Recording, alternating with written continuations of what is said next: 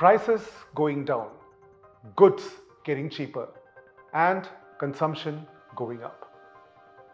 That's the best case scenario of looking at the GST reforms Prime Minister Modi announced on Independence Day 2025. Now, next week on September 3rd and 4th, all the state finance ministers as well as the Union Finance Minister Nirmala Sitharaman and senior officials will go into a huddle in New Delhi to work out the nitty-gritties of the new GST two-tier slab that the whole of India is waiting for. How will the new simpler two-slab look like? What item will go into what slab, etc., etc. Consumer-facing Indian businesses are concerned on two fronts. One is the belief that many citizens will now put off all purchases, especially big-ticket items like automobiles and electronic items, until the new tax slab comes into effect. The second worry is that what will come under what slab. For example, auto majors have been lobbying hard for a long time to get a rebate for small cars.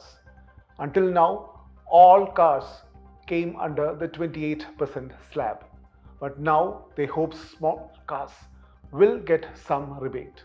But from where the government is, the concern is something else. It is a case of desperate times calling for desperate measures. First, of course, is the whammy India seems set to take if Trump's tariff and penalty, which right now is set to come into effect from August 27th, Wednesday. And that's a total of 50% tariffs taking effect.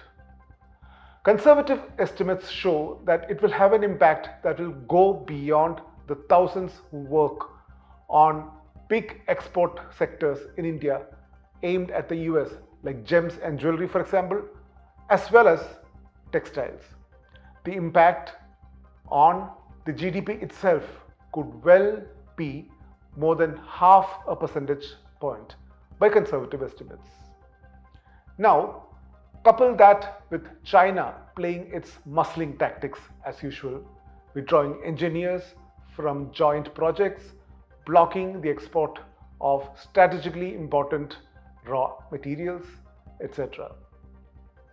All these are moves meant to slow down India's post-COVID boom in manufacturing in general and an export manufacturer attracting global biggies to invest in the country in particular. From where the government is, the only resource left is to turn to private savings, that is, savings of people like you and me.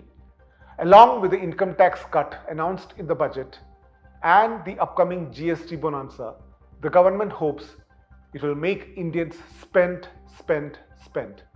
enough to fuel a private consumption boom.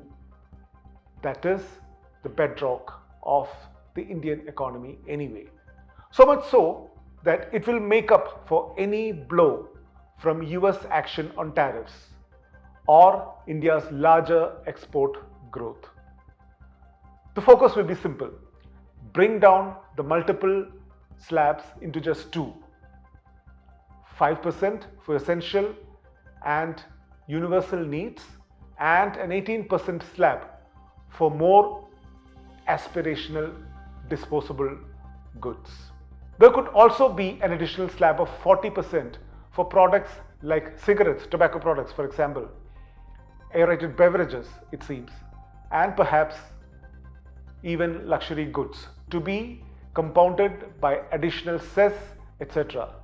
Will it work? A leading businessman I spoke to said it just might, saying he expected a 5 to 7% boost in sales. That is a significant gain in the festive period, as these 3 to 4 months of festivals account for 50% for many consumer-facing businesses in the country. and that accounts for purchasing in most products other than daily groceries.